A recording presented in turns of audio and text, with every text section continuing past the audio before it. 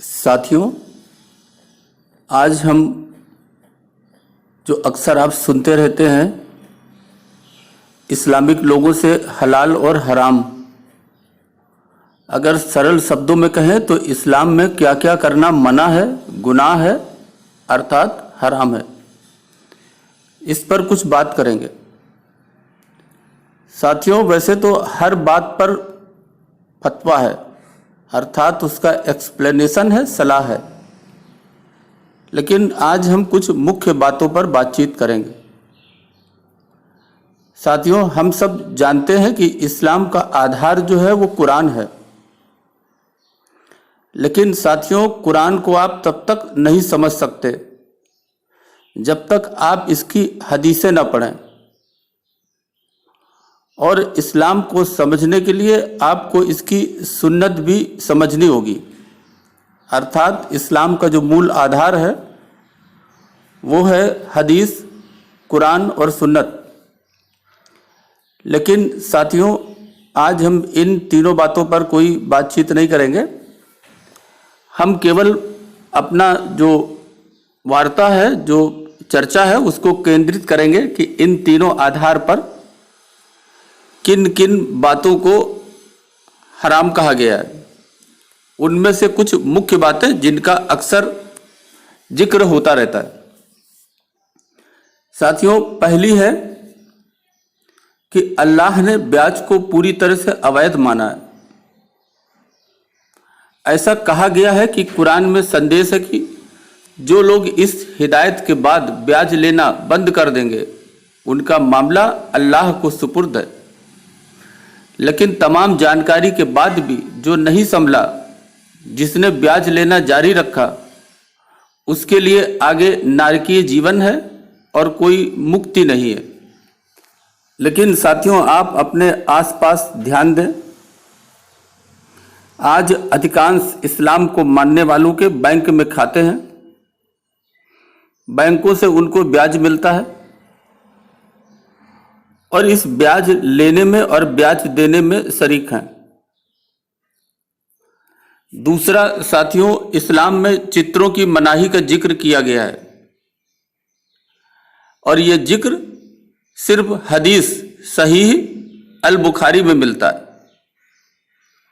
इसके मुताबिक एक बार हजरत मोहम्मद यात्रा से घर लौटे तो अपनी पत्नी आयशा के कमरे पर एक पर्दा देखा जिस पर चित्र बने थे। इसे देख उन्होंने गुस्से में कहा, असहदु अल नासा अजाब अल यौम अल कियामा अल मुसविरून, अर्थात कयामत के दिन तस्वीर बनाने वालों को सबसे सख्त सजा मिलेगी। हदीस की इसी दलील पर इस्लामी विद्वान तस्वीरों को प्रतिबंधित मानते हैं और कहते हैं कि अल्लाह का हुक्म है, जब आप किसी चीज में जान नहीं डाल सकते तो उसका चित्र नहीं बना सकते। इसलिए इस्लाम में नबी या रसूल किसी का चित्र नहीं है। भारत के सबसे बड़े चित्रकार का नाम M.F. हुसैन है। साथियों, ये भी एक विरोधाभास है कि एक मशहूर M.F. हुसैन जैसे व्यक्ति चित्रकारिता करते हैं। साथियों, तीसरा, इस्लाम में नसबंदी हराम है। ऐसा कहा गया है कि नसबंदी का मतलब यह है कि किसी अमल यानी ऑपरेशन वगैरह के जरिए मर्द या औरत में कुव्वत तौलीद यानी बच्चा पैदा करने की सलाहियत हमेशा के लिए खत्म कर देना। जैसा कि हदीस शरीफ में भी है कि जब हजरत अबू हुरैरा रदियल्लाहु ताला अन्हु ने हुजूर अकरम सल्लल्लाहु ताला अलैहि वसल्लम से बरजीना से बचने के लिए खस्सी होने की इजाज़त चाही तो हुजूर सल्लल्लाहु ताला अलैहि वसल्लम ने इस सवाल पर उनसे रूह गिरदानी फरमाई और नाराजगी का इजहार किया। यही वजह है कि साथियों, ये प्रचार किया जाता है कि जो परिवार नियोजन है वो मुसलमानों पर लागू नहीं है। साथियों, देश के प्रमुख इस्लामी शिक्षण संस्थान दारुल उलूम देवबंद ने अपने 2 अलग अलग फतवे जारी किए थे। फतवों में बैंक की नौकरी से चलने वाले घरों से शादी का रिश्ता जोड़ने से परहेज करने को कहा गया था। इसके साथ ही फतवे में शरीर के अंगों को जाहिर करने वाले तंग बुर्के नहीं पहनने को भी कहा गया है। लेकिन साथियों, आप जरा सड़क पर देखें, आपको तमाम ऐसे लोग मिल जाएंगे जिन्होंने अपने रिश्ते उन मुस्लिमों से किए हैं जो बैंक में नौकरी करते हैं, और आपको मुस्लिम लड़कियां तंग कपड़ों को पहने हुए भी मिल जाएंगी। साथियों, इसके अलावा इस्लाम में एक्टिंग करना हराम है, फिल्मों की मनाही है। फिर भी आप देख सकते हैं कि यूसुफ, जिनको दिलीप कुमार के नाम से जानते हैं, आमिर, शाहरुख, सलमान, सैफ, इन लोगों ने फिल्मों में सबसे बड़ा स्थान बना रखा है।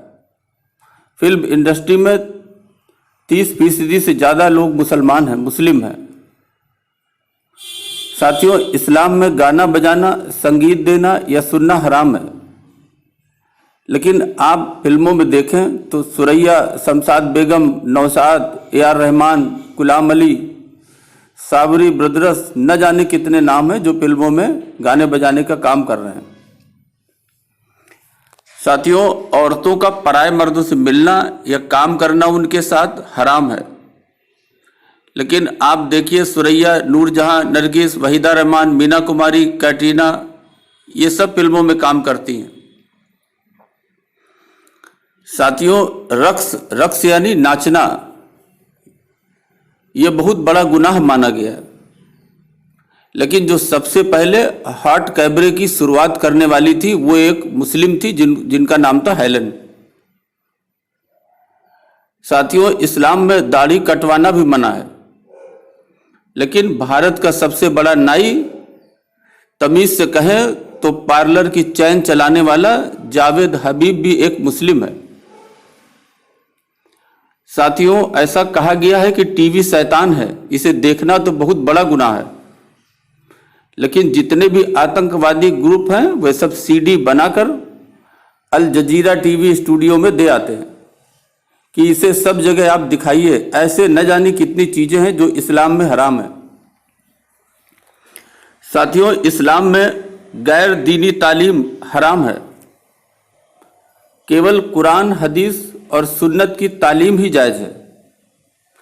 फिर भी साथियों, आपको मदरसे के अलावा दूसरी जगहों पर मुस्लिम बच्चे विज्ञान, कंप्यूटर और गणित की तालीम लेते आपको दिखाई देंगे। तो साथियों, आखिर ये सब क्यों हो रहा है? इस तरह के फतवे जारी करने का अर्थ क्या है, मतलब क्या है, जिसका आज की 21वीं सदी में कोई अर्थ नहीं है? अगर साथियों इसे ध्यानपूर्वक समझें तो ये फतवों के नाम पर जो मनाही की जाती है केवल उन मुस्लिमों के लिए है जो गरीब हैं, अर्थात गरीबों के लिए, मजदूरों के लिए, कमजोरों के लिए, जो अनपढ़ हैं, जो जाहिल हैं, ये सब फतवे उनके लिए हैं। और क्यों है उनके लिए? ये इसलिए है कि ताकि उन्हें कट्टर बनाकर इस्लाम के नाम पर लड़ाया जा सके। तो साथियों, इसे समझना होगा, सोचना होगा। आज दुनिया बदल रही है और इस बदलती दुनिया में वो दिन दूर नहीं जब एक आधुनिक इस्लाम दुनिया के सामने होगा। अभी के लिए बस इतना ही। धन्यवाद।